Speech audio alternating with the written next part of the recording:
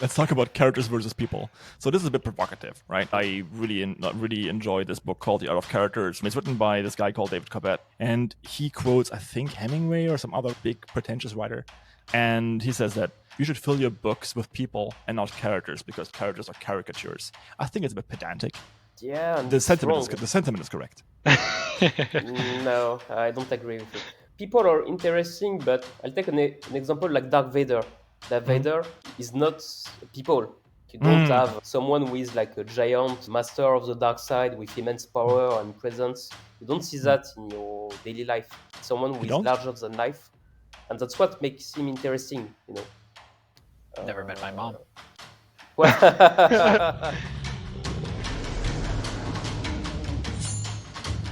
This is the CritRPG podcast, your one-stop shop for everything lit RPG, progression fantasy, and Royalroad.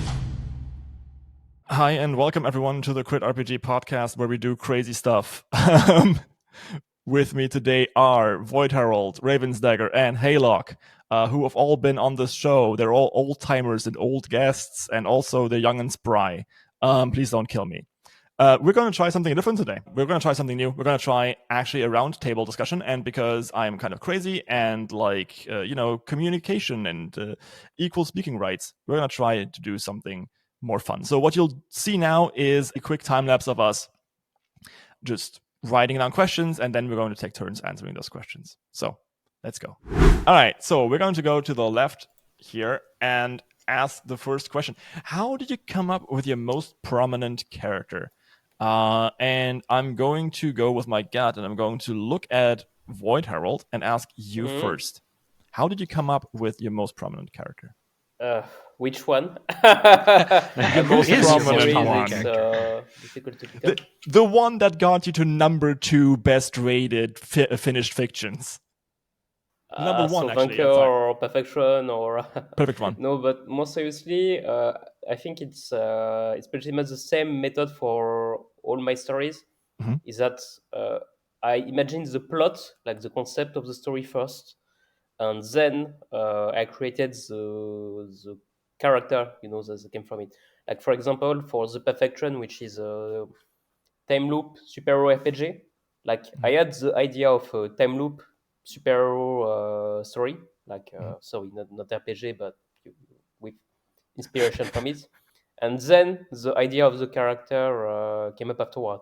Same for Vanker the Dragon. Like I wanted to create a humorous parody of lit RPGs where, well, the main character is a dragon, and so I ended up creating Vanker around it. Like in general, I start with a basic idea of a plot, like a concept, and then I came with like the main character that came just afterward. So I see them more as prolongement of the core concept of the story than the start of it, if that makes sense. So you're saying core concept first, and then the character kind of, comes to you. Is it that you're doing an active, like doing this actively, or is it just, the character just like pops up? I think it pops up, but the like I have a concept of a character when I start writing the first chapter, etc.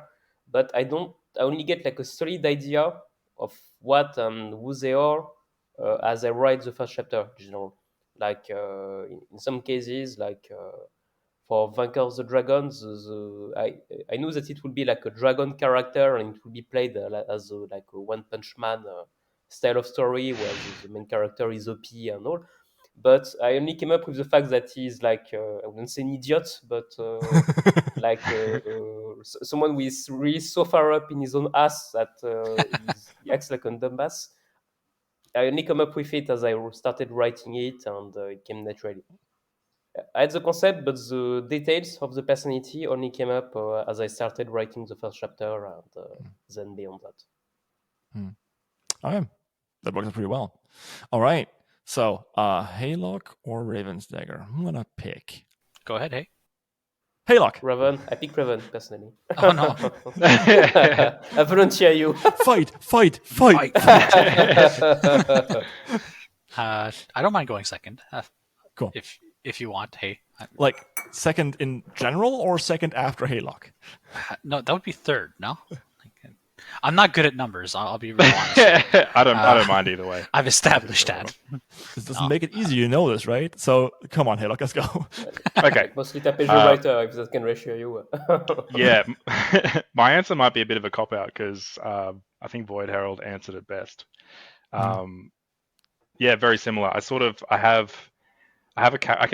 start with like the idea of a character, and then think of a story that would fit the character. And once I start thinking of the story, that sort of takes hold, and the characters, I'm like, okay, you sit over there. I think of this, the plot, the setting, etc., and then I'll bring the character back in, and most times it changes completely. And yeah, I'm definitely a discovery writer, so I definitely learn more about the character as each chapter goes on. It usually takes me more than the first chapter to really understand. A lot of the time or with Heretical Fishing, I wrote maybe up until the 5th chapter, and I was like, then I really had a good idea of who he was, and I sort of went back and adjusted to make his interactions and ideas previously more in line with the person that he became. So yeah, the character definitely evolves from the setting and then grows over time.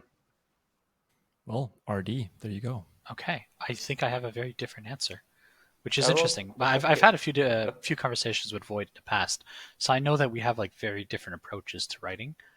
And Void, I think, is more of a plot first, setting second, character third kind of person, and I'm more of a I when I write a new story, I establish my world building and my systems first, and then I spend a lot of time designing a character.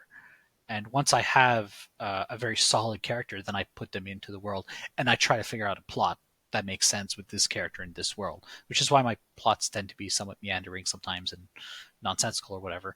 But they often tend to follow the character's motivations. So that's my order of things. So my characters tend to be a very solid part of my storytelling, with my everything else coming second. As for most prominent character, I guess that would be Broccoli. I could say Kat from Stray Cat Shop, but she's really not very interesting the way I came up with her. I just had the idea of this is going to be an orphan who has a well-established family group that she cares for, and I'll develop her from there. But Broccoli was written a bit earlier in my writing career, but I took a list of all the traits of popular lit RPG characters at the time. And there were a lot of traits that I really didn't like. This is for early lit RPGs when the genre was still fairly new. A lot of characters were misogynistic.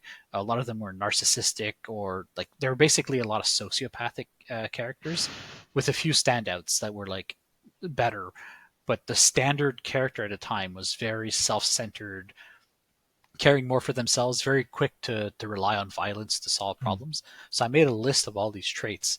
And then I decided to write the opposite of every trait. And I was like, okay, well, I want a character that fits all these opposite traits. So this character will stand out from the standard lit RPG character about as much as he possibly can. And that's where Broccoli came from. Even her name is just Broccoli. So yeah, so that's probably one of my most prominent characters. Insofar as a strange way to develop the character right from the start. I'm not sure if I would suggest people do it that way, but it was a fun experiment. I thought it was super interesting because even all your titles are very character centric, right? Yes. If you're looking at, for example, I don't mean to put anyone on the spot, right? I mean, okay, Vein Courage is completely different, but the Perfect Run is about the plot. Whereas, Cinnamon Bun is about the character, or even Stray Cat Strut is about the character, right? So, yeah, it's true. I hadn't noticed that. There might be a pattern there. Interesting. Maybe not. Maybe it's a maybe not. A good title is a good title. You might, while you're workshopping your title, you're probably not going to put too much attention to whether you're titling it based on a plot or character. But I never told this to anyone. But the way I came up with Torchbearer was because it was my Steam account name for a while. and let's put a question about self-insert and see. Yeah. It's I hope I'm not like Sam. I hope I don't react to traumatic situations as violent as she does. But actually, okay, so this is even funnier. There's a German idiom that roughly translates that you say when someone does something completely stupid, and it roughly translates to, "Are you Madness's naked torchbearer?" So, bist du denn des Wahnsinns nackter Fackelträger?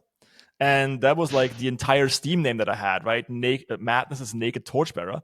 And then I just like took the name out of that. Very interesting. And for everyone who's watching, so someone like me who does it all wrong, I do a mishmash basically. So I first came up with this idea of a certain character. So what happens to someone who's like trapped in a computer? That's like a plot-ish. And then I kind of go with the character a little bit more to kind of like understand who they are, what they're doing. I discovery write this, and then I put them in a situation and see where it goes. And so yeah, I don't know where that fits on the spectrum, but I think it's like the worst of both worlds because you don't know where you're going, and the characters aren't very figured out anyway. But so I was about to mention that, like in comparison between Raven and I think about the method how we write character is just so because, like in my case, I know the story of that character is gonna end before as soon as I start. Like even if I don't know exactly all the steps where they will reach, I know the story is going to end like this for this character. Well, I think Raven is more of someone like lets the character develop naturally with us having a very clear definitive ending in mind. So I would say in my case the character and the plot are one and the same. Basically, the character drives the plot, but I usually start with a good idea of where they're going to end at once the plot concludes.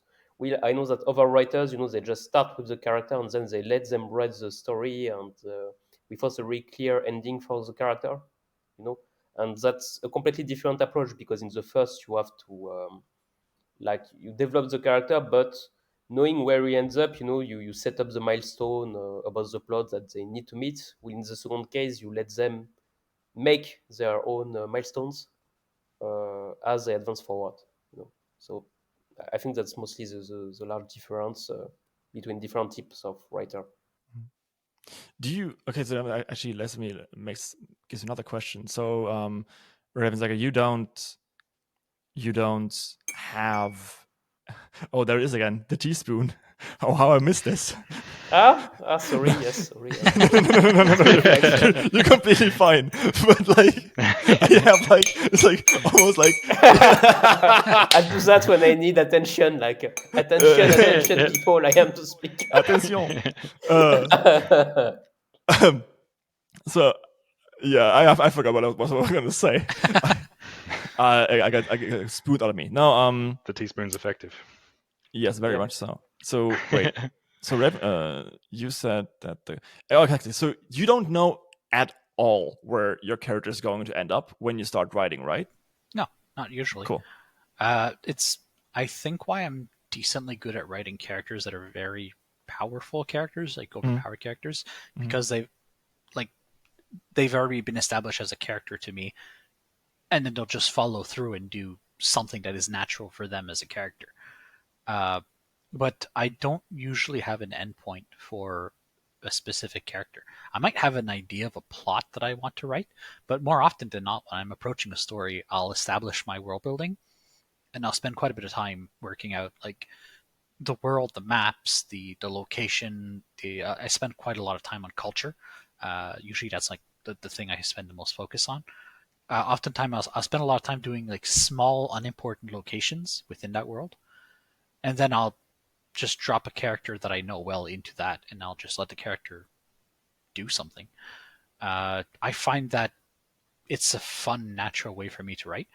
And if your character is interesting, and you have a well-established character, readers are going to care about the character. If you've established like a good amount of empathy between the reader and the character can just sit at home and cook for 50 chapters and take naps and walk their dog, and if the readers like that character, that's good enough. That you don't need like some huge overly complex plot. I am very envious of writers who do really complex, twisting plots and everything. I find it really cool, and I can appreciate the artistry that goes into that. But at the same time, I don't feel like it works quite as well for me. So it's just not the route that I've leaned into. For me, it's Yeah, but I'll jump on that. It's a bit like writing between slice of life and like a thriller. Like these are two different genres with a large audience, but they rely on the writer having different strengths. Like slice of life, you need to make like the characters lovable, their interaction No, I more. agree. I could not write a mystery. Yeah. I'm writing one right now, and it's being very difficult for me. And even then, the mystery is like, it's a really stupid mystery. Like the I don't even know what it is. I don't even know the solution to it yet. yeah. And I'm just kind of It'll going come. with it. It'll come. Get Right? Like, get ready to edit. Yeah, like I'm more of VoidHerald's side of the spectrum. I love mysteries. I do pants my mysteries though, so I also didn't know how everything was going to end. But then like I feel as though you can't not edit something with a plot like that. Like for Slice of Life, I think it's good, but with a mystery that you pants, you have to edit it at the end. Like I don't see it working otherwise. It's just too much. But I think it's also based on the personality of the writer, like the writing style. I feel it's, at least that's my observation so far. It's often a prolongation of the personality or the qualities of the writer himself. Like even in my daily life, I try, to set myself a goal and to reach that goal with a milestone, etc. So just the way that I think informs my writing style. And I assume that more other people are more like impulsive, or they just more easygoing, etc. So that translate as well in their in how they write character or develop it. are you Everyone calling me has impulsive? quoi? No, no, but It's fine. I mean, like we write what we love to read, so to say. Like Yep. for example, I really can't get into slice of life stuff. Like some, and it's popular, etc. But in my case, I need like to have a goal or like milestone or tensions, to keep me invested in reading work. And that also means that I tend to write like that because that's something that goes naturally to me or something that I have affinities with. But each person is different. Each writer has like interests in different genres, and inevitably the way they write characters or their worlds is heavily influenced by their personality and their taste. Yeah. Yeah. And then you have people who cheat, like Shirtlung, for example, because he writes slice of life stuff, but then he also has like this like gigantic meta plot. Really Yeah. interesting stuff. Like everyone is on a spectrum. Like you lean more heavily in one side, or Everyone's on a spectrum. You heard it Everyone's first. on the spectrum. Yeah. Oh, way to call out the entire author community right there. Oof. Just because it's true doesn't mean you have to say it.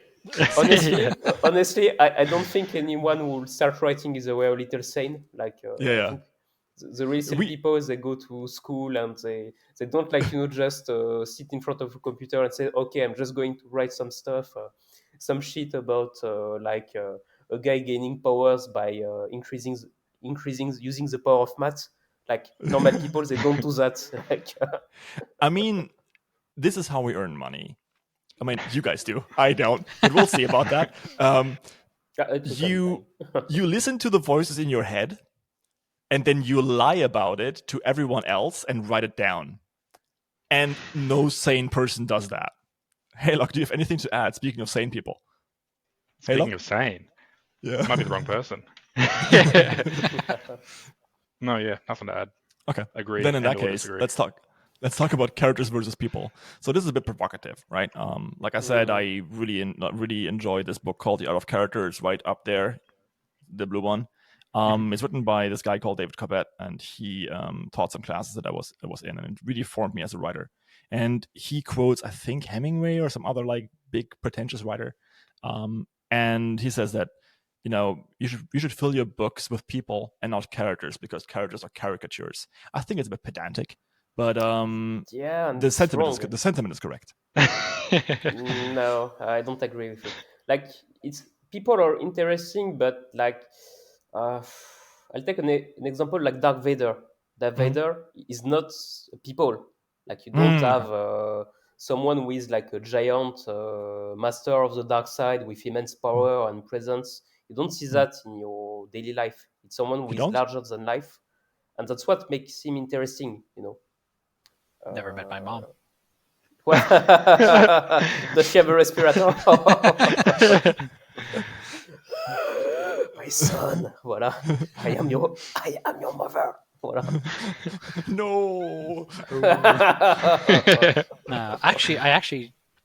I'm not sure if I agree completely with Void, but I am leaning more towards what Void said here, where, yeah, your characters in your book can be deep, they can be three-dimensional, they can have a lot of depth, and you should treat them to some degree as people when it comes to certain elements about the character. At the same time, you have to acknowledge that they're not real. Yeah. Right? They're fiction. They're like figments of your imagination on a page. They might be complex.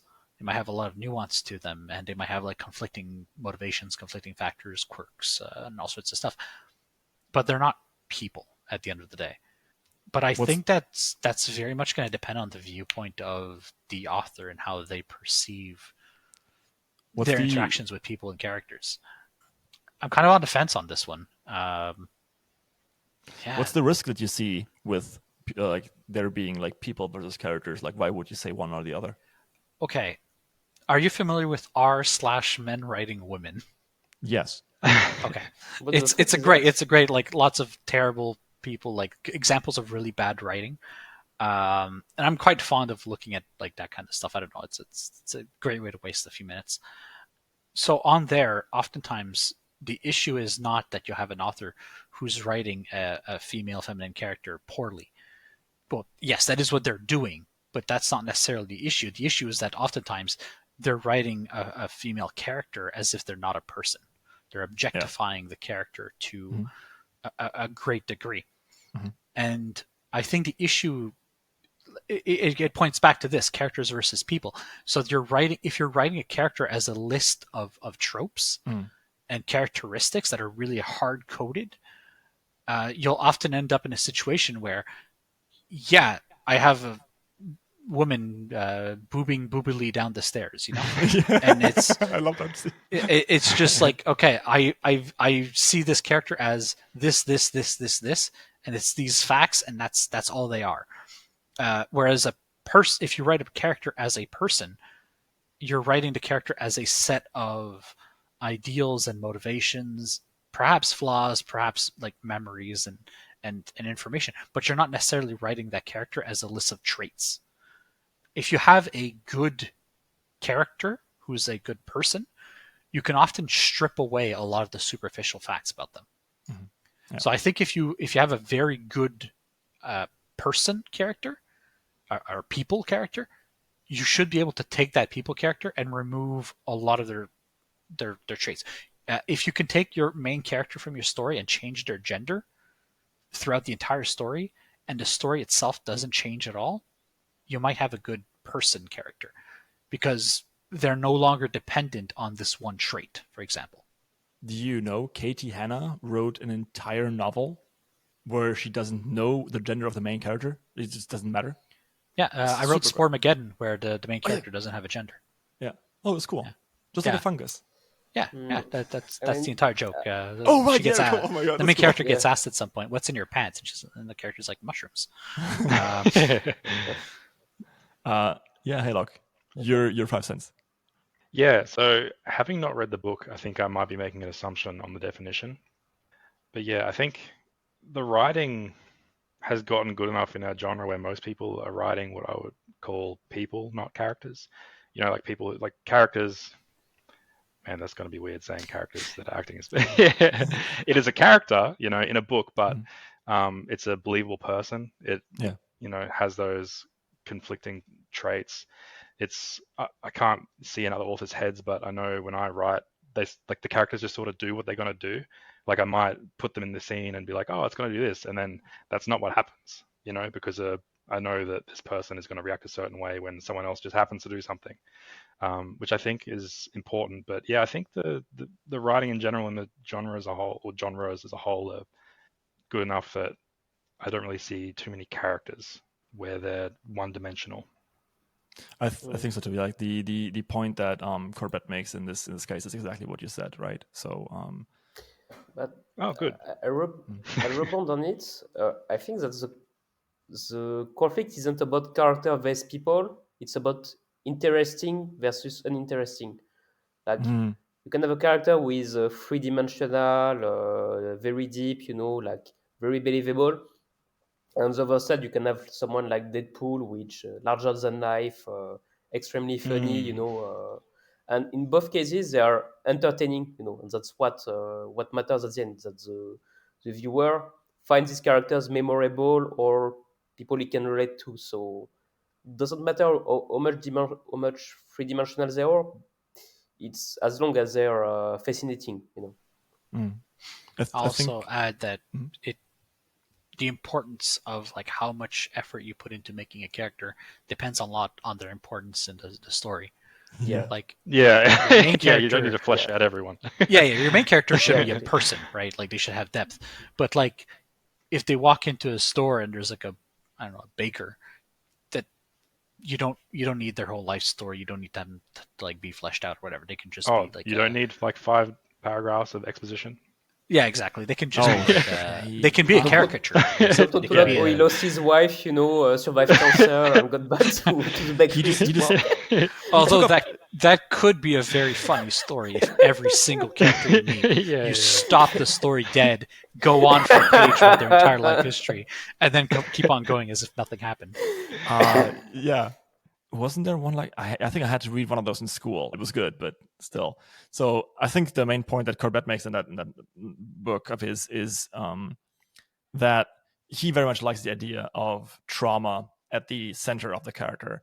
And I personally think that for our genres, that might not hold true, right? I tried with Torchbearer, so there's like this like very, very deep internal conflict and like trauma that we have to like overcome somehow, or we watch the character overcome. But I don't see that in Cinnamon Bun, for example, and Heretical Fishing neither. And I was saying, like, having looked at, Vainkur, not so much with the main character and the trauma. Well, maybe a little bit. Not everyone you don't need trauma. Trauma is something that you can add to a character, but go in your life. I'm sure that like if you ask the people around you, I'm sure that not everyone has like a dead parent or something in their backstory. Like trauma is something that serve a purpose in terms of creating a character, but it's not something that's necessary. You don't need to be. You don't need to have the character, to have suffered in the past to be interesting or well-rounded. I think I need to like define trauma here. Trauma isn't like in the like grand like psychological sense, but more of like something that happened or some sort of inner demon that your main character has to face. And I personally think that many lit RPG and progression fantasy books work super well without that. But that being said, I know at least for the perfect run, like losing Len, for example, and then trying to find her again was like the main driver of the entire story up to a certain point. So I think it again depends on kind of slice of life, but I don't really want to put that in that same basket. It depends slice on the of life storytelling. Can be very, very trauma heavy. Flaws than trauma. Yeah. Okay. How so?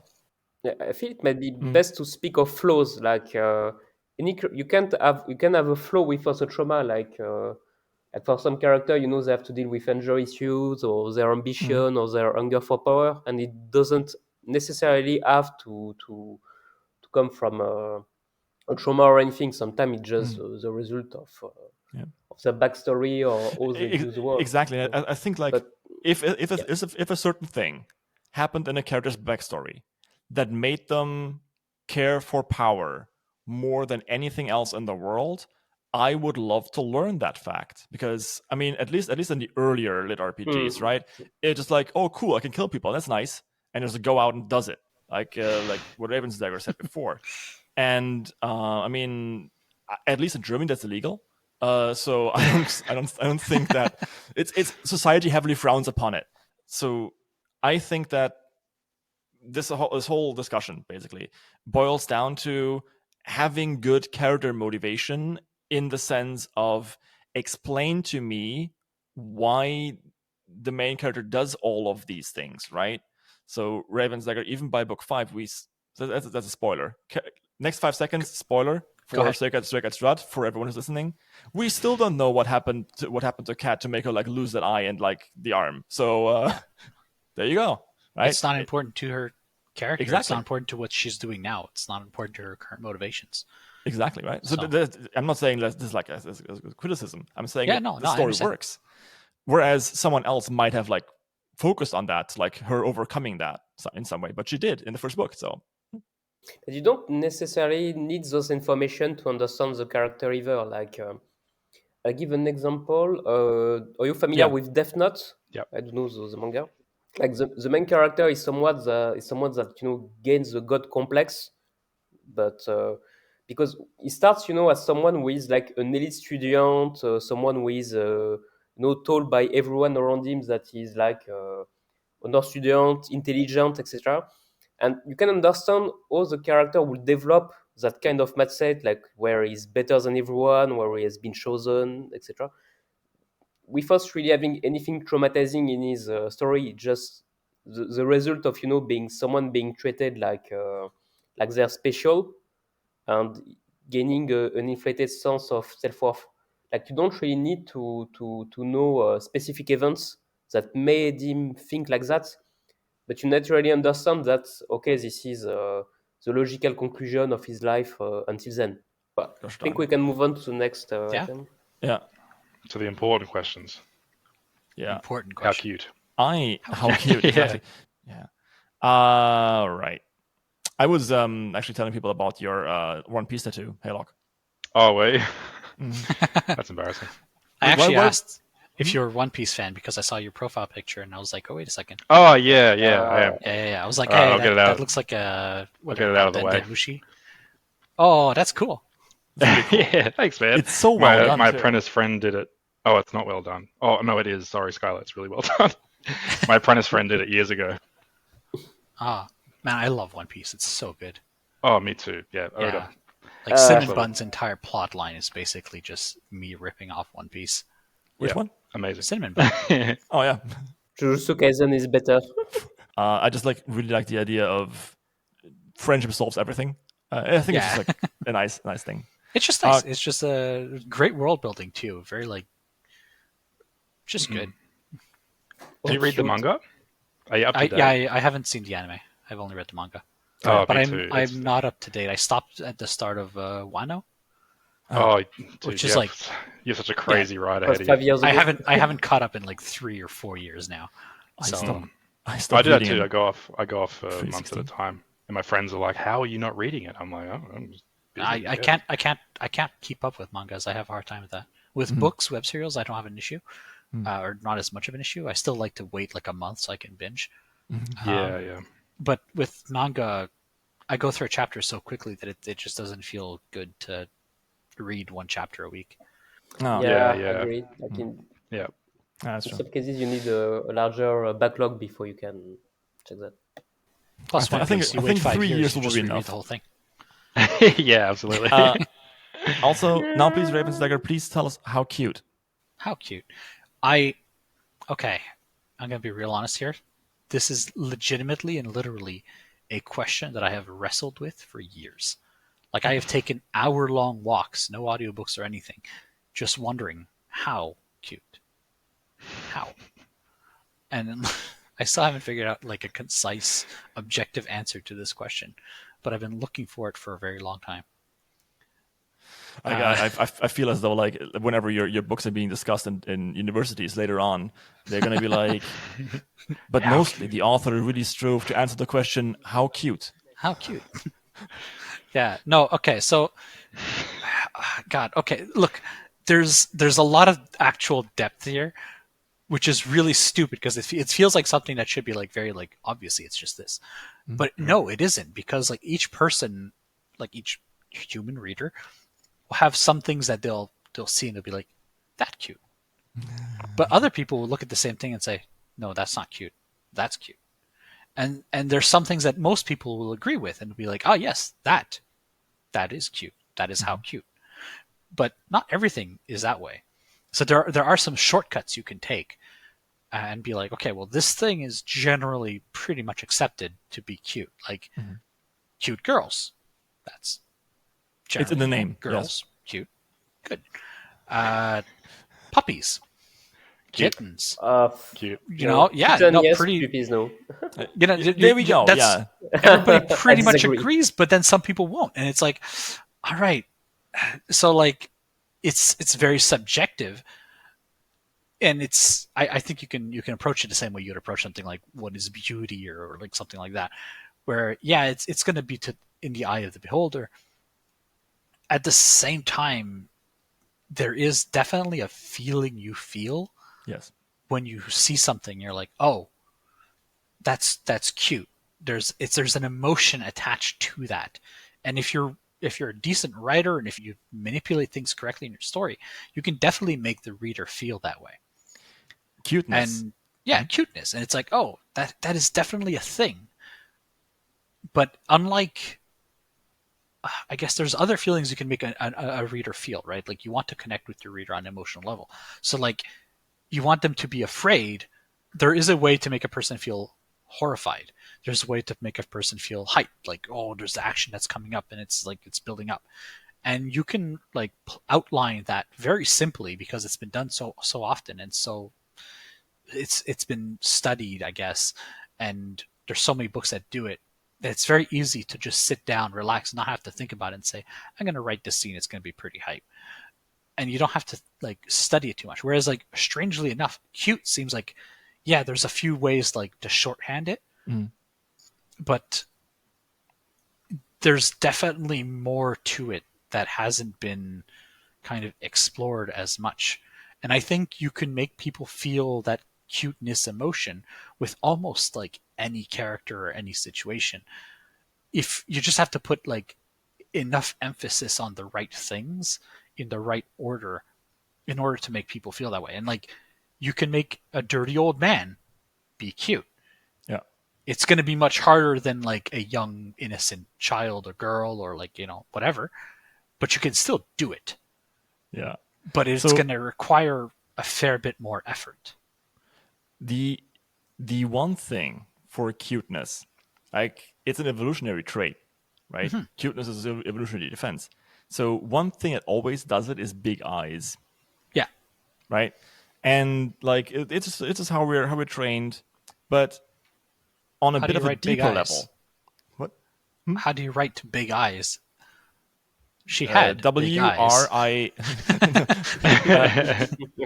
B-I-G-E-Y-E. Yes, a spelling bee contest, and right there. No, you have to like evoke certain feelings by writing it in a certain way, but you can't like, this guy is cute, and then like people are like, oh, sure, he's cute, unless of course you're writing Haylock. Anyway, no. So the thing with cuteness is it's an evolutionary trait, and we have been kind of, it's in our genes to kind of find certain things cute. And one thing that's always there is cuteness feels cute if the subject in question is innocent and or harmless. You cannot have something that's threatening and cute because it gives a very different feeling. I mean, Maxime, you know this, right? Because, why don't you talk about it? Because I don't want to put words in your mouth. Well, it's a new ad. If you're interested in having your story shouted out on this podcast, please reach out to me under critrpg.podcast@gmail.com. For now, I just finished the first book in my own series, Torchbearer. If you like a slow burn story about weak to OP main characters, mixing magic and technology, and numbers going up, you might also enjoy this one. You can find the link to my link tree down below. And that's all for now. Thank you very much for listening and or watching, and let's get on with the show. I mean, I've come to accept that, like cuteness or that is very subjective depending on the person. Like you can try to lean one way or another, but like for some people, no matter what you do, it will fall flat because they don't relate with like the people that dislike chibi or like it. It's really subjective. So I feel that the moments that are cute are those that are heartfelt. First of all, like where people express vulnerabilities or darkness, like like some people, they just they seem very cute, like when they stop caring about appearing ever idiotic or vulnerable. I feel that's really linked to that, but on the other hand, it's not something I really think about when I write because it's so subjective, that even if you do your best, it's not going to resonate with some people. And I agree, and not everybody wants that feeling, and yeah, it's not like excitement or like the fear that you would read from a horror story where it's like something necessary, like you go into that genre looking for it. Like cuteness itself isn't a genre the way that action, adventure, and like other genres are, right? Like it kind of is, but it really not quite is at the same time. It's kind of weird. It's one of those weird ones. It's certainly weird in our sort of sphere. It's definitely a new sort of development in our sphere. Like if you go to like cozy, there's like a lot of cozy fantasy. Like the cottagecore sort of cozy. Yeah. That's true. Like that's been going on for decades at this point. That's been going for decades, but it feels like there's like been a big push to it lately. Oh yeah, no, like way bigger now, which is really cool. And it's sort of bleeding over into the lit RPG progression fantasy space, which is very neat.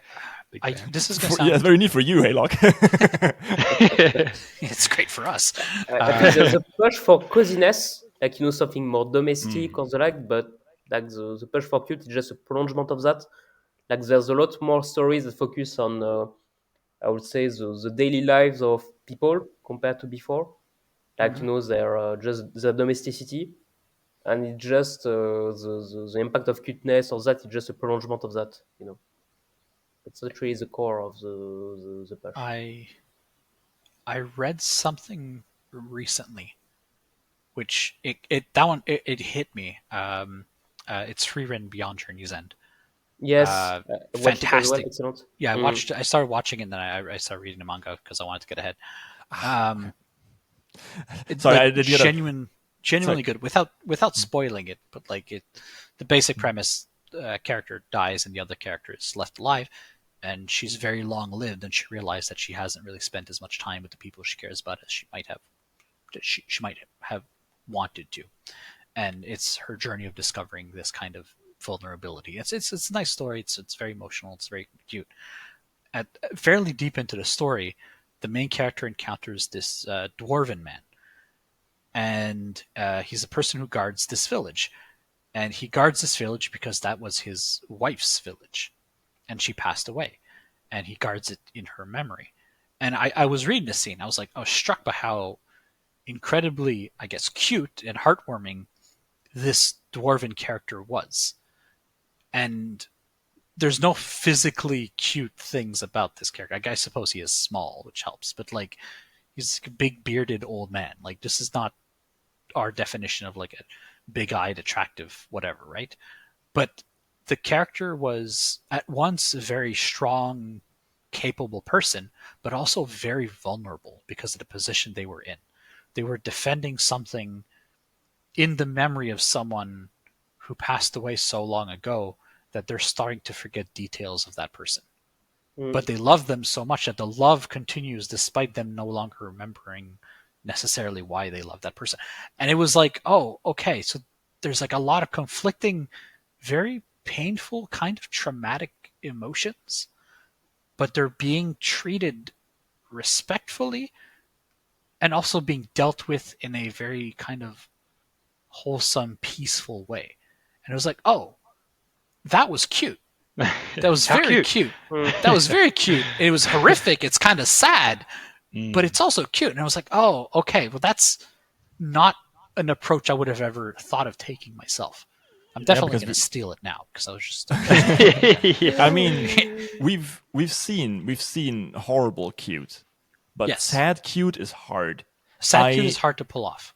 Well, at the same time, no, because like oftentimes cute characters will be introduced as sad and vulnerable, right? I was about to say, like, cuteness is, I think, centered in the domain of two character traits, and that is vulnerability that you just said, and also innocence. If you combine the two, I think you get cute. And innocence doesn't have to be like, oh, this character has never killed someone. It has to be this kind of powerless, kind of hope against hope thing. I think my definition of innocence might vary a little bit, where I define it more as more of a naivete of unawareness of their own, of the consequences of what's going to happen to them.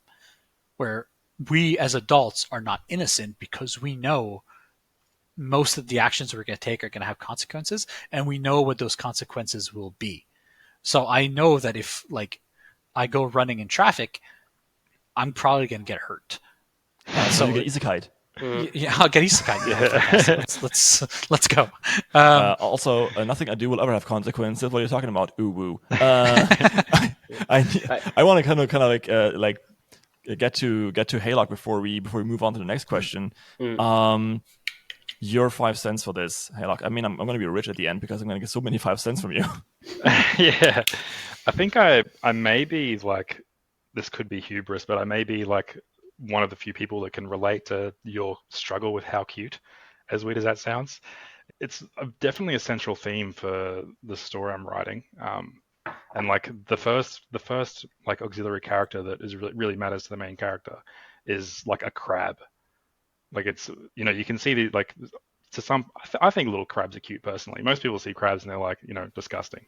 And it's like this one-eyed crab. Like, so I can't describe like the uwu big eyes to make her cute. Like she's only got this one stalk eye.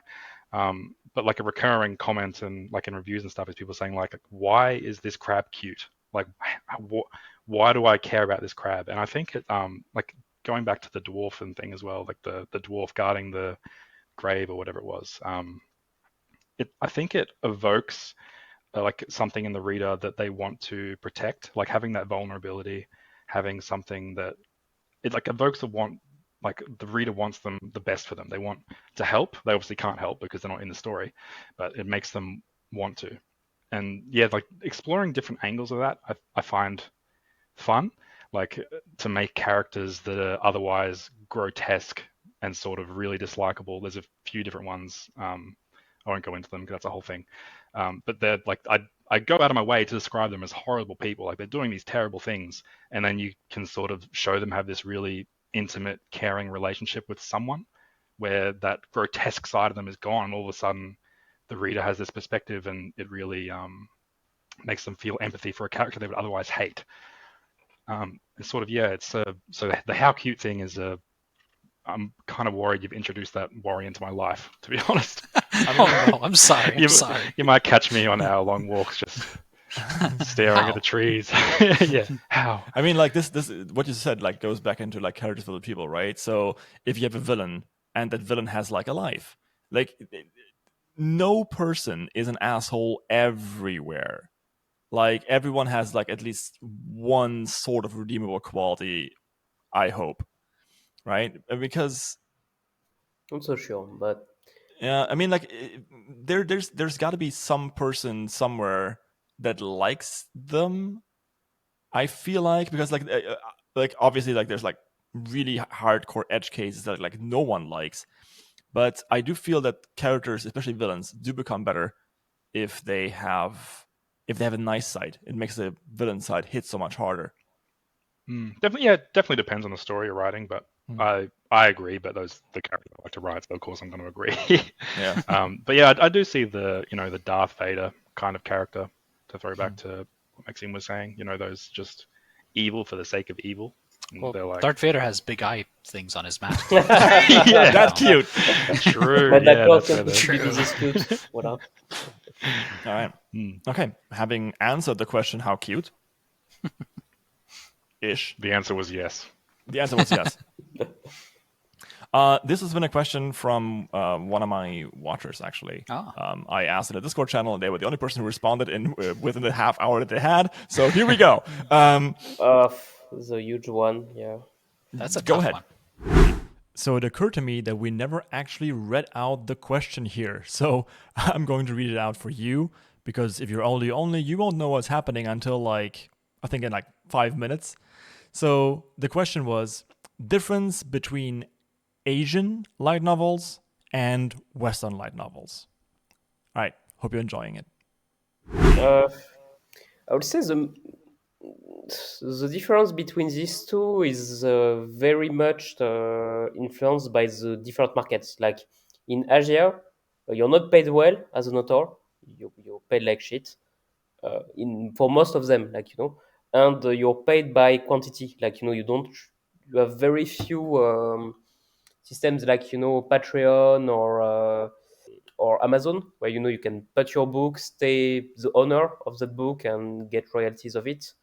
I've been approached by a lot of Chinese or organization, and each time they offer contract which are prohibitive. You don't own the book, you're paid very little on that, and the result is that in Asian light novel, or at least online novels, that encourage them to keep pumping story for a very very very long time. The Asian novels are much longer than Western ones, with a few exceptions. For one wandering in, most Western novels are less intensive. No, they don't write as much, and I feel that as a result, it's easier for the main difference that as a result of that format, uh, Asian readers and writers favor very long stories where you just have the characters that goes on again and again. They can't really stop with us because they otherwise they stop getting paid or it's not in their contract, and then to require stories to go on for a very very long time until the foreseeable future. Whereas in terms of Western novels, you have a lot more freedom. And the author has a lot more freedom to do stuff their own way because they have more negotiation power. They can decide to stop, and they can get revenues more easy. So I guess the feeling that the Asian market favors really long stories that focus on one character. The power fantasy style. Will on average Western have a lot more variety in terms of genre and type of development. Yes, there are exceptions in both sides, but those are the main difference, I feel. I have an opinion on this that it might be somewhat controversial. Right, let me get the GIF ready. Yeah. But I do have a reasoning behind the controversial opinion. Ah, damn it. And I think that going forwards, we're going to see the two, like specifically it says LN, so like novels. I think we're going to see the two start to homogenize a lot more. And my reasoning is that most of the time when an author is writing something, they're taking inspiration from what they know. Original ideas are very uncommon. Most of the time, an original idea is just taking two things that are disparate and combining them together in a new way that has been done before. But most of the time, you can only write what you are aware of. And what you're aware of in fiction is the fiction that you read previously. So the stuff that you were shown and read and TV shows as you watched as a kid or books that you read. And I think with Western culture influencing Asia more and Asian culture influencing Western culture more, you can watch anime and manga now much more easy. That they're more common now than they used to be. And I'm certain that Hollywood movies are more common in Asia now than they ever were before. So I think going forward, Asian and Western spheres of authorship are going to start taking inspiration more and more often from the same basic like set of like really common popular stories. And because if you're taking inspiration from the same thing, from the same basis, you're more likely to develop stories that are very similar to each other. So I think moving forward, the things that were extremely popular and influenced us, like even in lit RPG, if you trace back like the origins of lit RPG, oftentimes you end up at like Sword Art Online in 2013, I think. Russians as well. The first the Russian lit RPG sphere as well, but they were also inspired by like so there's like the tree of inspiration goes down to like basically the same roots. And everything that kind of spread out from that is those influences being combined with what we feel is like common to us. So different types of storytelling elements and tropes. And so if you look at like Asian lit RPG versus like Western lit RPG we have here, they still share a few common ancestors. And so they still have like a lot of common tropes. They were taken to different directions because of like different disparate further inspirations. But as some stories become more popular and more commonly read and people are inspired by those stories, I think the genre is going to kind of not coalesce but become a little bit more homogenized moving forward. I could be wrong. I could be completely wrong. But I have that suspicion.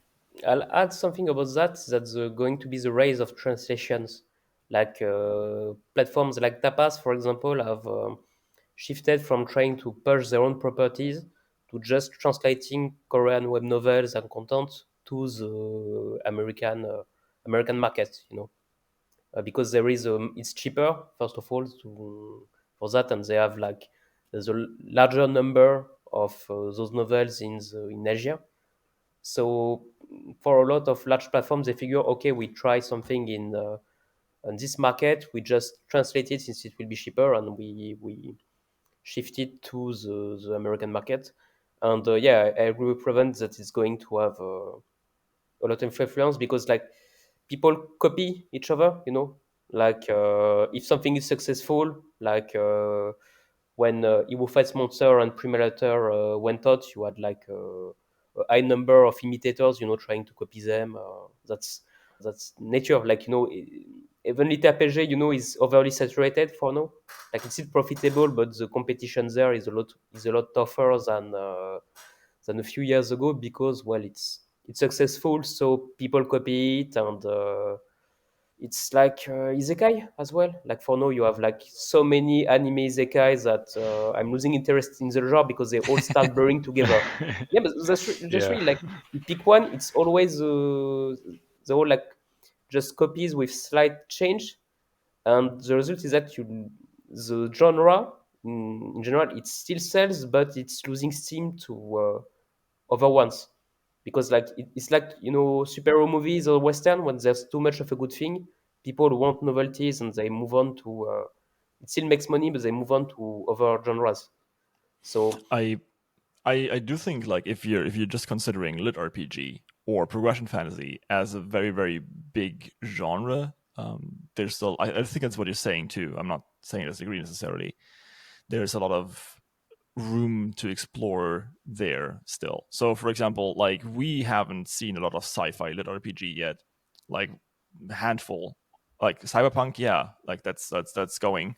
But right, so I've not seen something that's it exists. I know it exists. I haven't read anything that's like, for example, Sanderson's Skyward as lit RPG, which would be insane as a lit RPG because it would make so much sense, right? But yeah, I haven't seen it yet.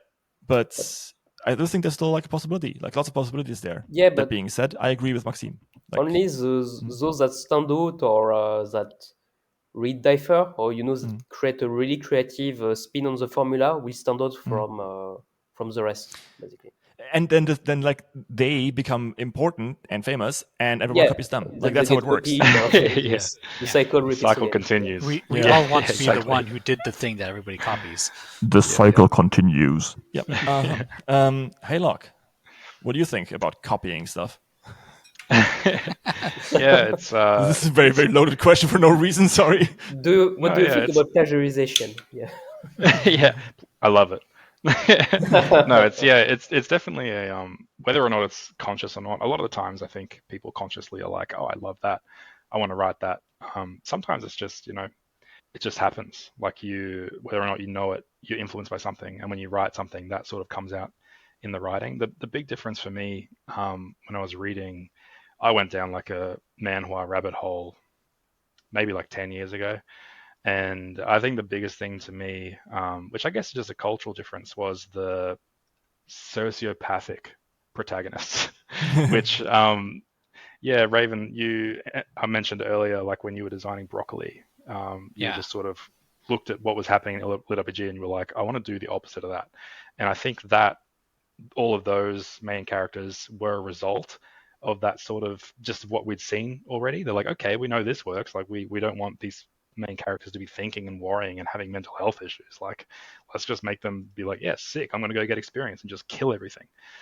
So I think that sort of trickled down from the Asian light novels, in my opinion. Could be wrong.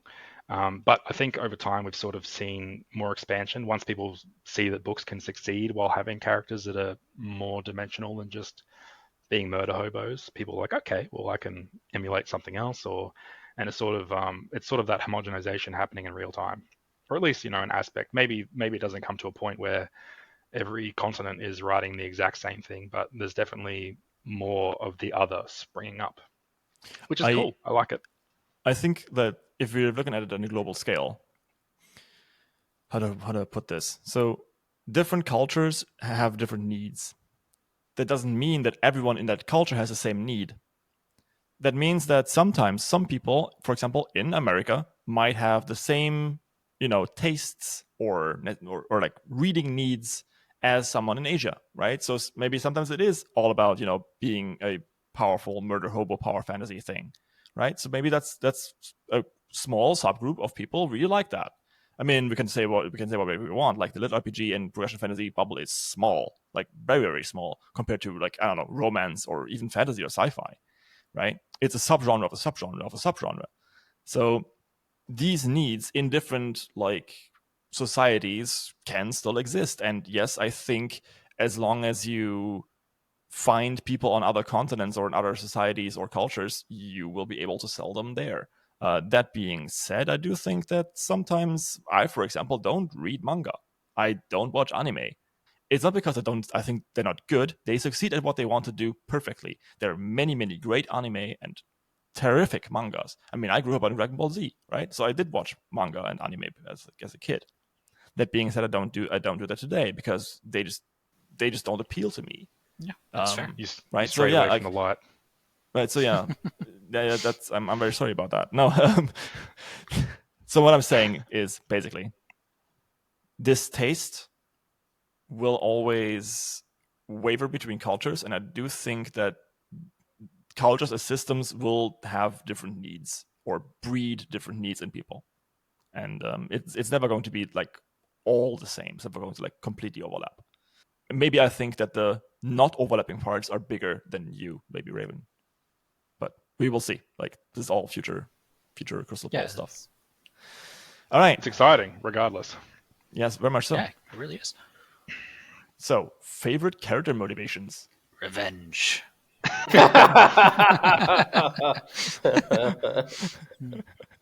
Yes, obviously. Obviously, it's the best one. Actually, I would be very, very much interested in that and hearing from you, Raven. Or actually, like, Spite? Haylock, how about you start first? Because you're always the last person in this round so far. Yeah.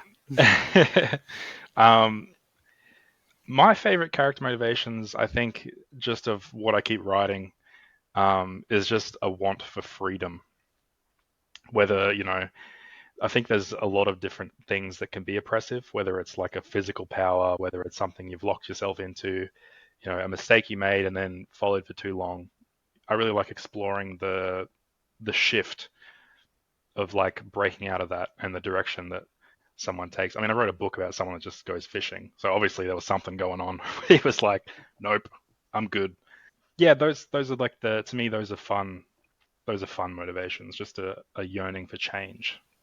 It's actually a genuinely interesting motivation. I hadn't really thought about it that way, but yeah, I guess it is a motivating reason to do something. I'm not directly the opposite. I mean, if you're looking at the four or five basic psychological needs for humans, there's always a bit of a struggle, right? So there's freedom and being able to do what you want to do and being unobstructed in doing so, and then there's belonging. So for me, my favorite motivation is always belonging. The pyramid of Maslow, you have different more urgent needs and the yeah, and like I don't like also all them all that much. I'm more looking at like cognitive behavioral therapy, but also pyramid of needs is definitely also like a good motivation. But yeah, how about you two? What's your favorite? Maslow's. Sorry, I was looking for Maslow's. Yeah, not Oslo. Yeah. I was like, there's a name to that thing. Favorite motivations. I don't think I have motivations that are as psychologically deep as you guys. Really. No, like more points. Genuinely, like freedom is like such an open concept. It's a cool motivation for a character, but like most of the time, my character's motivations are like, I want that thing, or I want to be able to do this. I think they're more concrete motivations as opposed to thematic ones, I guess. I think you're kind of. I'm not saying like you're selling yourself short, but I also think that community is very important for you. I mean, for Cat for sure, and for Broccoli also. For Broccoli, maybe it's more like freedom or sense of adventure, that kind of stuff. But. Yeah, Broccoli is very much like very strongly motivated at the start of the story. She's like, I don't want to be alone. She wants friends. Yeah. So that's what she wants. She wants like a community that around her, people that she can be friendly with, and so on. So a lot of her skills and everything revolve around that motivation, which is also, that was fun to write as well, because it's not an approach you see a lot in lit RPGs. Most lit RPG, the skills and so on will be like, how good can I make people dead? It's very rare. How good can I be at making friends? Yeah, but that's a prolongement of a deeper need. Like you kill people to feel powerful or more important. Yeah, that is true. That's true. Oftentimes, specifically in our genre, the system and so on will reward the character's motivation, right? So yes, I think that's kind of a big factor as well. I think, like, oftentimes, I think thematically, my characters tend to share that want for community and companionship as like their main motivating factor. Evil antagonist, it's like the character wants love. Broccoli and Cinnamon Bun wants friendship. Cat wants her family unit to be safe and comfortable and nice. So yeah, you have. I think if it doesn't, not across every story. I think in Fluff, the main character just wants to be left alone. It's like the exact opposite.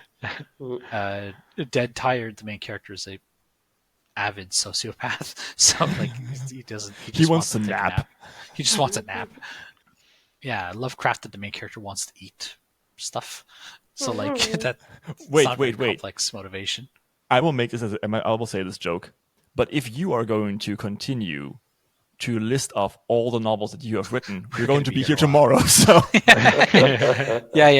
No. But like for the most part, across most series, I do think like the most commonly used motivation I have for my characters is really a want for companionship and community. If we're gonna go through like a higher, more thematic view of things, then yes, that would be the main motivation for a lot of my characters. I don't know what that is. It your favorite? Is it my favorite? It probably isn't. It's very easy to write. I find it fun to write, and I find it like an entertaining motivation to like. I wouldn't use it so often if it wasn't a motivation that I cared to use, right? But is it my favorite? I don't think so. I think I was actually genuinely honest when I said that my favorite motivation to use is like revenge. Actually, it's just it's stupid. I I don't like writing it because there's like a lot of baggage that comes with it that are not stuff that I care for. But at the same time, it really is a fun motivation, right? Like somebody slighted me, I want to kill them. Is very easy to understand and fun to read about. So okay, like if I'm putting my coaching hat on, right, and I'm going into like deeper into psychotherapy, someone slighted me, and so they have to die. It's a reaction because of another need, right? So yes, the spongement of the need to be respected, for example. Yeah, or to be safe. Yeah. What the was mysterious beep again. No, sorry, it's just something nearby. But I mean, I have heard of psychologists that says that anger is a reaction to having your boundaries being violated by another. That's a primarily defensive reaction. So I feel like that even you have someone that kills at the drop of a hat, it can be just a prolongement of like a need to feel powerful or to feel safe. Yeah, that can be informed or even to feel loved. Backstory. Yeah, like you can. Loved, like. It's. I mean, one of my friends. She's a psychotherapist and a author of true crime, not novels but like books. And she is the foremost leading expert on psychopaths here in Germany. And she says that there are two reasons why people kill, and they're different for men and women. So men kill because they don't want to lose someone. Women kill to make sure they lose someone. So it's really, really interesting. I mean, not always, right? So, Voidy, what's your favorite motivation besides I don't want to die? But honestly, I don't really have a favorite motivation because I feel any motivation is valid as long as it's fascinating. However, if I had to say the character with the most interesting motivation that I have written, I feel it would be like Walter Ty in Never Die Twice. For those who don't know, it's a necromancer that wants to end death for all human beings. Like, he wants to create a cure for mortality, basically, because it's a plungement of his own deep-seated fear of death. But the goal in itself is altruistic, like he wants to make it available for everyone. And I feel it was the most interesting motivation I came up for a character because it's very gray.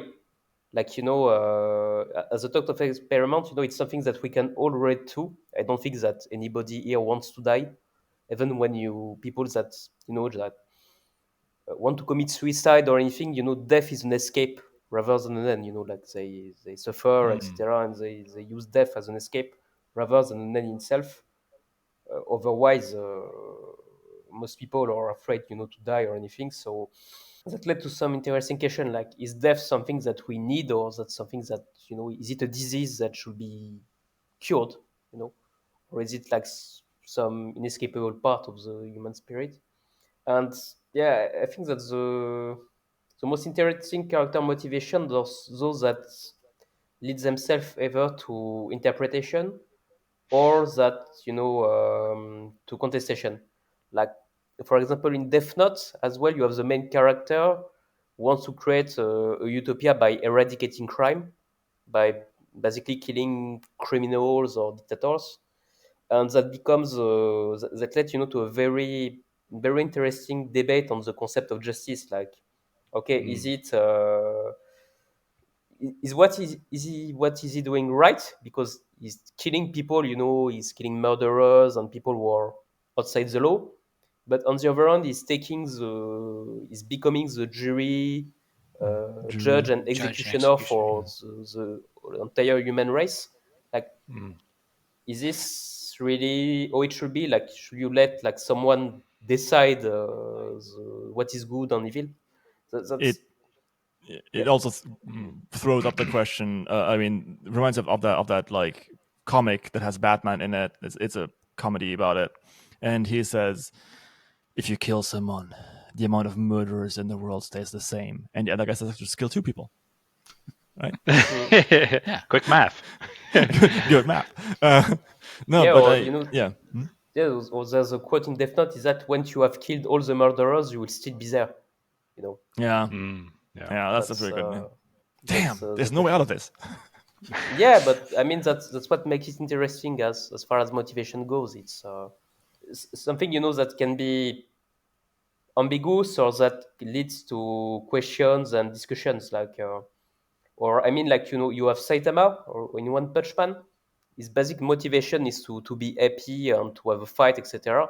And you have a character that asks him, but why don't you just play video games, or if you want a challenge or something, why does it have to be punching people? You know, and that's Yeah. really interesting because that makes you realize that maybe it's not really the need to have validation in his life, but like he really actually likes to fight just for the sake Yeah. of fighting and And create interesting discussions. man, like whenever we speak, Maxime, I always like get into like really deep like philosophical and psychological ideas that I want to talk about. It's really good. I really enjoy it a lot. Maxime's Okay, just fun to thanks. talk to. Yeah. Just hope I don't come across as pedantic as well. No. Just French. Just French. Far worse. No, so reminded me of that one thing that I think I quoted a lot, like in the early podcasts, and it's very important to writers too, because so many people I see, especially the younger writers, are like, "Hey, how do I get many followers on Royalroad? How do I earn money out of this? How do I do this and this and this?" And I feel as though some people are coming out of college and they're like, "Shit, I don't know what the fuck to do with my life," and that's normal, and they want to earn money by writing, and that's great. They should Yeah, but totally do this. But even for yeah, money on the like, I was getting to they're this. trying to fill a void. I say. Yeah. If you already have an income, a stable income, do not quit until writing is losing you money. I don't know who said this, like someone very, very smart.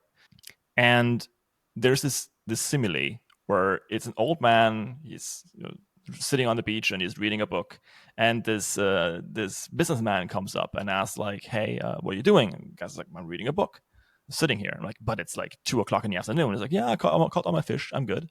And it's like, "But if you go out now, you can catch even more fish and you can sell them, and then you can buy a bigger boat, and then you can buy 2 boats, and you can hire people, and you can have like this gigantic fishing empire." He's like, "Wow, cool." And then what will you do when you did all this? And the businessman says like, "Well, if I'm done with all that, I'll just sit on the beach and read." And the guy says, "Yeah, right, because that's what you're doing right now."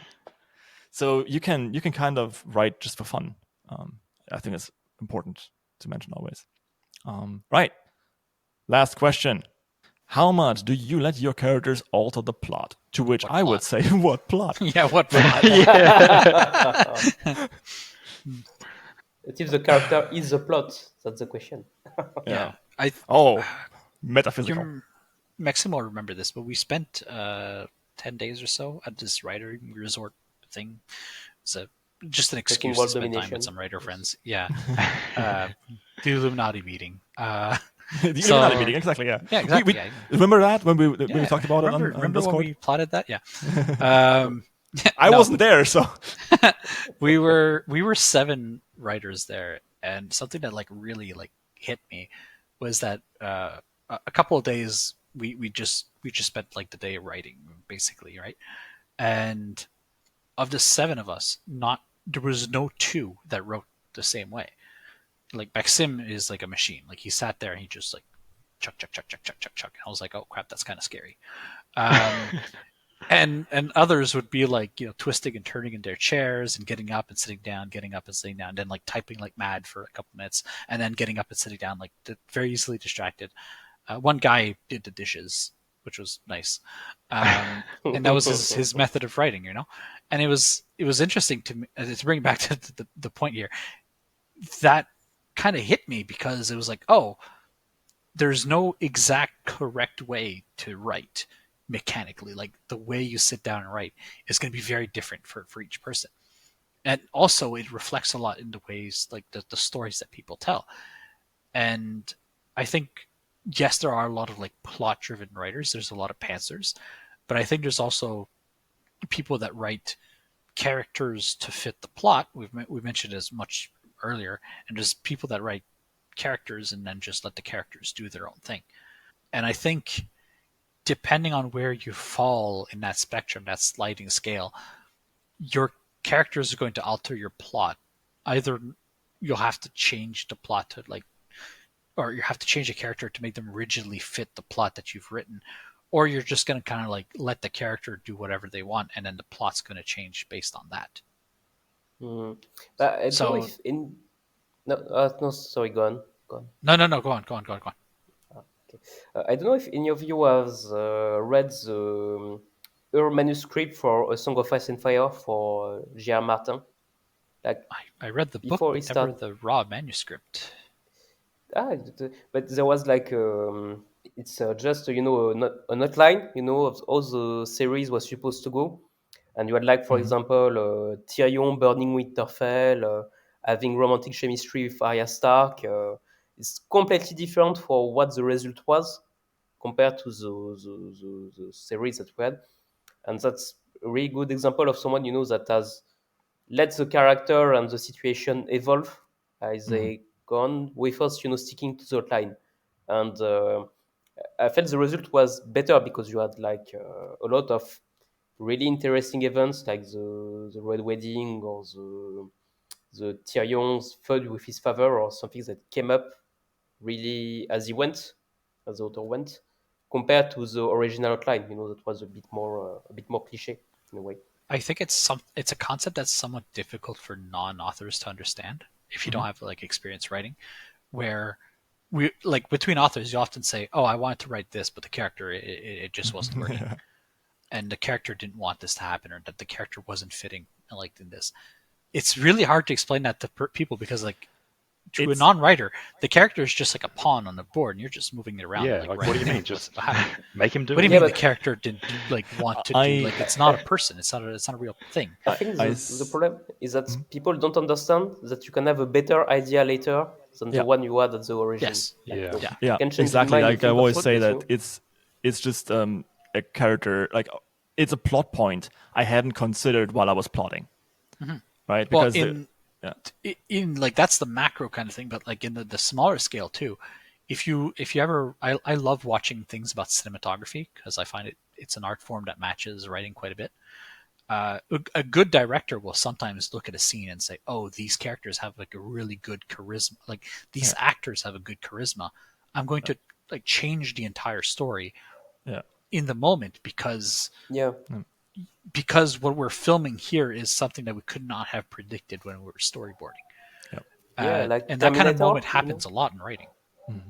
Yeah, like to go back with cinematography, as you said, Raven, like with Terminator, Schwarzenegger was supposed, to play Kyle Reeves instead of the Terminator, and it's only when the director saw him that he decided to cast him as a Terminator, as a villain instead, and it worked a lot better than if the choice, if he had stick to his first choice. And I think that's the same for a lot of us. Like, we have a general idea of what we want to do, but as we do it, we realize that it doesn't really work sometimes, or like we need to change our mind or to alter the conclusion. It's like that. When facts change, the conclusion should change as well. And definitely. that's something a lot of us don't understand because they have like an idealized view of the author as something that with a mastermind. We know what's going on all the time. They think we're smart. Just once, I would like to be the writer that my readers think I am. So. Half the time we just make shit up on the fly and pretend that it was our idea from the start. I love that Neil Gaiman quote where he's like, foreshadowing is what happens when you finish a book and then go back and edit to make it look as though you knew what you were doing. Like, I love that. So Haylock, you wanted to say something, I think, a few minutes ago that you probably forgot. I'll do that. Yeah, big ADHD energy over here. We are all on the spectrum, like you said. I'm pretty I used to say it as a joke, but then I realized when everyone started responding like, "Oh yeah, same." I'm pretty sure we all are to some degree. Oh yeah. Like maybe except for one person, Travis Baldry. I don't know. Yeah. Like that guy is just. I'm pretty sure that the Warhammer 40k guys were like, we need a template for the God Emperor, and they looked at Travis Baldwin. They just came. And we're like, but we can't make him too nice. It's not believable. So like, I don't know. yeah, that being said, though, we are almost at a 1.5 hour, 2 hour mark, depending on how long this podcast went. I would very much like for you guys to do me a favor. So, first of all, thank you very much for listening and or watching. I'm not done yet. If you want to see the rest of these questions answered, or some of these, then please do go to my Patreon and I will list them all up and they will be there for you to vote on. So you can vote on the next questions that we are going to have answered on this podcast in about a month, hopefully. Fingers crossed. So voting for this will be open for 2 weeks after we are done putting this out, and then you can vote on it. And then 2 weeks later, we're going to hopefully have another discussion, and then it's going to be up there. It's probably going to be 1 week because I need time to edit all of this stuff, and scheduling is hard. That's yeah. All right. So that being said, I would love for all of you to pimp you on books, because I feel as though giving you guys a platform is the least I can do for helping me out here. How much time do we have? Oh. Yeah. One book. I'll take it back. One book. Okay. You could maybe do like a poker rap, but with your books. You know what? If I had any singing talent, I might give it a try. Okay. To organize a Haylock, auto tune for next time. Haylock, pimp your book. My first book is coming to Amazon on the 12th of March, Heretical Fishing. The pre-order will be up. It should be up around the 13th of February. It's very exciting. It's very nerve-wracking. It's a wholesome, cozy fantasy chaos mix. I don't know honestly don't know how to describe it. I didn't call it cozy for the longest time until talking to another cozy author. And they were like, yeah, it's totally cozy. Fishing, chaos, cute animals. How cute? That's for you to decide, I suppose. Yes. It's a heartwarming story about a guy who gets isekai'd, and then rather than accepting the choice to be the champion of fate, gods, whatever, he just really wants to go fishing. That probably should have just asked you to describe it from the start. Yeah, that's a really good story. I can't do this for everyone because I haven't read everyone's book yet, because even my day only has 24 hours and I also need to write. So who wants to go next? And why is it you, Maxime? But I'm a bit hesitating about which one to push because I have a few coming in March. But I will say, I want to publish A there. few in March. Wait. Did you? Yes. Did you? Okay, I wanted to ask you if you finished Commerce Emperor or Blood Fur. Commerce Emperor is going to Amazon on March, actually. But I just received the confirmation from my narrator, Jack Brassis, that the last Vanqueur the Dragon audiobook is going to come out on March. We have received the date from Audible. And I'd say I'm probably going to purchase this because I intend to take the series to KU as well after that. So if you want to read a story about a dragon, and I mean like an actual dragon, not the humans that turn into a dragon. No, I mean like a giant fire-breathing lizard who kidnaps princess and try to build his world and to become the best, the best dragon in the world. I really advise to check my Vanqueur the Dragon series. It's going to be fully on Audible by March, and it's probably going to hit KU around that time. So if you want to check it on Railroad, etc., it's never. Oh my God, Maxime, you are going to delist your book from Royalroad? Heresy! But the problem is, I've already explained it, but it's go back to what we said. The Little RPG market is getting a lot overcrowded, and Vanqueur has been finished on Railroad for like 2 or 3 years, so it doesn't really bring any new viewers. And over time, it's like erosion, like you have slowly goes down in the listing as new stuff comes up, and it gets some reviews, etc. So at this point, I feel that if I don't put it on KU right now, if I do it like in another year, it's going to be harder and harder to make it stand out. on the TO It platform. seems like good timing with the final audiobook release. Yeah, exactly. Make that money. So I figured. And if anyone thinks like, oh my god, he's such a sellout, like we all need to live. I've seen Maxime's kitchen. But I mean, even said, I need funds because I have started to develop like games and webtoons. Like I'm trying to create more stuff, and those require funds. Like you need to pay the artist as well. So you heard it here, probably not first, but you heard it here. VoidHerald games. What? VoidHerald games, webtoons. Yeah, also, like there mean, is a to my passion. I have development videos of what we're working on right now. So it wanted the shell for a few years, but we were developing stuff.